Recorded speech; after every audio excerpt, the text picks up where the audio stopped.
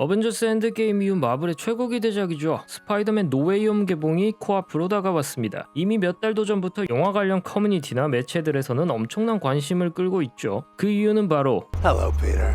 무려 어벤져스까지 제쳐버린 이 한마디. 예전 시리즈의 빌런들의 재출연을 확정짓는 예고편이었습니다. 물론 예전 스파이더맨들의 재출연은 아직까지는 미정입니다만 곧 알게 되겠죠.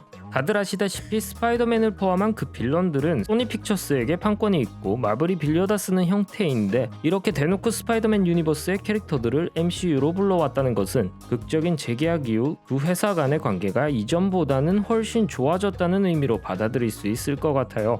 왜 마블의 스파이더맨 영상 판권이 소니로 넘어가게 되었는지는 워낙 복잡하니 벤 삼촌을 하도 죽여서 생략해버렸던 홈커밍 때처럼 생략하고요. 결론적으로 현재까지도 스파이더맨을 비롯한 스파이더맨 유니버스의 판권은 여전히 소니 픽처스에 있습니다. MCU 스파이더맨의 제작 구조 역시 제작은 마블이 맞지만 투자와 배급은 소니가 담당하는 구조로 이루어져 있죠. 그러다 보니 당연히 수익 배분 역시 소니에게 유리한 구조로 되어 있고요. 그래도 어쩌겠어요. 마블 시네마틱 유니버스에서 마블의 최고 인기 히어로 스파이더맨을 안 쓸 수는 없잖아요. Hey, everyone. 지금까지 마블은 톰 홀랜드 주연의 MCU 스파이더맨을 어벤져스에 크게 의존하게 만들었거든요. 아이언맨 없이는 스토리 진행도 안 돼, 수트도 새로 못 만들어, 심지어 빌런도 다 토니 스타크가 만들어 주었죠. 이야, 대단하다.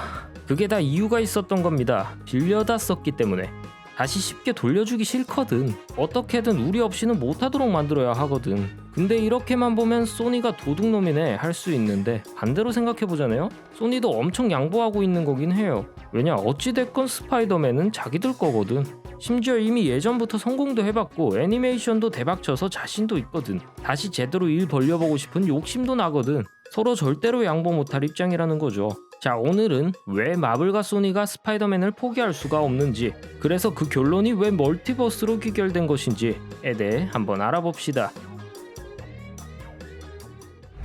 먼저 마블의 입장에서 생각해보죠. 사실 엔드게임, 그러니까 인피니티 사가가 진행되는 동안에는 스파이더맨이 없었어도 아쉬운 정도이지 무조건 필요하다는 느낌은 아니었을 거예요. 왜냐하면 보는 우리들조차도 빈자리를 크게 느끼지는 못했으니까. 스파이더맨 없이도 아이언맨이 있었고 캡틴 아메리카가 있었고 충분히 잘 나갔거든요. 근데 지금 마블의 상황을 살펴보자고요. 아이언맨은 죽었고 캡틴은 은퇴했고 토르는 우주로 가버렸고 남은 초기 어벤져들도 세대 교체를 진행 중이죠. 그 외 나머지 히어로들은 큰 인기가 없거나 아직 자리를 잡지 못했어요. 전반적인 중심을 잡아줄 캐릭터가 없죠. 지금은 MCU에 있어서 완전한 가독이라고 볼 수 있어요. 위기로도 볼 수 있죠. 실제로 엔드게임 이후 개봉한 영화들이 상당히 부진한 상황이고 새로 런칭한 디즈니 플러스 드라마들은 진입장벽이 생겼어요. 세대 교체를 급하게 동시다발적으로 진행하다 보니 시청자들이 피로감을 호소하며 이탈하는 경우도 많이 발생하고 있어요. 이런 상황에서 마블에게 가장 필요한 존재가 누구겠습니까? 압도적인 인지도와 흥행력, 그리고 1세대 어벤져스와 새로 등장한 영웅들을 이어줄 수 있는 징검다리이자 중심점 역할을 할 수 있는 존재, 그게 바로 스파이더맨이라는 거죠. 마블은 디즈니 플러스 런칭과 함께 로키와 완다비전을 통해 멀티버스 세계관을 구축하기 시작했고, 마찬가지로 팔콘의 윈터 솔저, 호크아이를 비롯하여 앞으로 나올 다양한 드라마들을 통해 젊고 새로운 2세대 영웅들의 등장을 예고하고 있습니다. 그 멀티버스 세계관을 본격적으로 시작하는 이 시점에서 팬들의 거부감과 진입장벽을 낮출 수 있는 가장 위력적인 무기가 바로 스파이더맨의 멀티버스라는 거죠. 이미 다수의 예전 작품들로 인해 우리에게 익숙한 캐릭터와 배우들이 많이 존재하니까. 또 원작에서도 스파이더맨이 마블 품으로 다시 돌아온 판타스틱 4나 엑스맨, 데드풀과도 인연이 많기 때문에 이들을 MCU에 자연스럽게 편입시키는 데에도 스파이더맨을 활용할 수 있죠. 그렇기 때문에 마블 입장에서는 인피니티 사가라는 큰 이벤트가 종료된 시점에서 다음 도약을 위한 키맨인 스파이더맨을 절대로 포기할 수가 없는 상황인 겁니다. 자, 이제 소니로 넘어가 볼게요. 소니도 톰 홀랜드가 연기하는 MCU 스파이더맨, 그러니까 톰 스파를 포기할 수 없는 이유가 있습니다.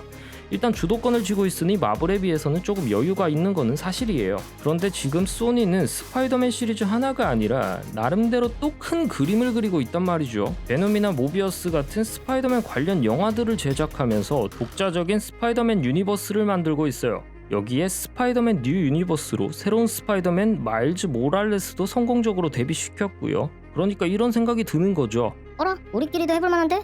참고로 소니가 판권을 가지고 있는 캐릭터만 해도 900여 개가 넘는다고 합니다. 대부분이 스파이더맨 관련 캐릭터이기는 하지만 소스는 일단 충분하죠.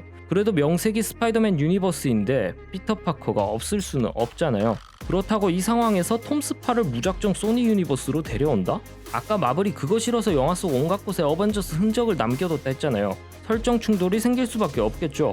또 새로운 스파이더맨을 뽑아서 리부트하자니 벌써 4번째란 말이죠. 아직도 샘 스파 그늘에서 완전히 못 벗어났는데 또 새로운 스파이더맨을 만든다고? 몰입감이 떨어지고 비교당할 수밖에 없어요.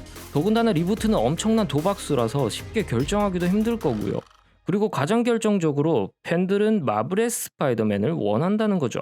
그래서 소니도 대중들에게 큰 인기를 유지 중인 스파이더맨이 앞으로 소니표 스파이더맨 유니버스의 성공을 위해서는 필요한 상황인데 마블이 때마침 멀티버스를 준비 중이란 말이죠.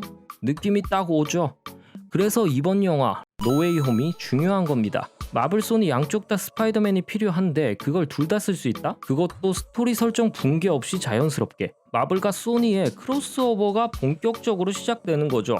근데 사실 이 과정이 엄청 길고 복잡했어요.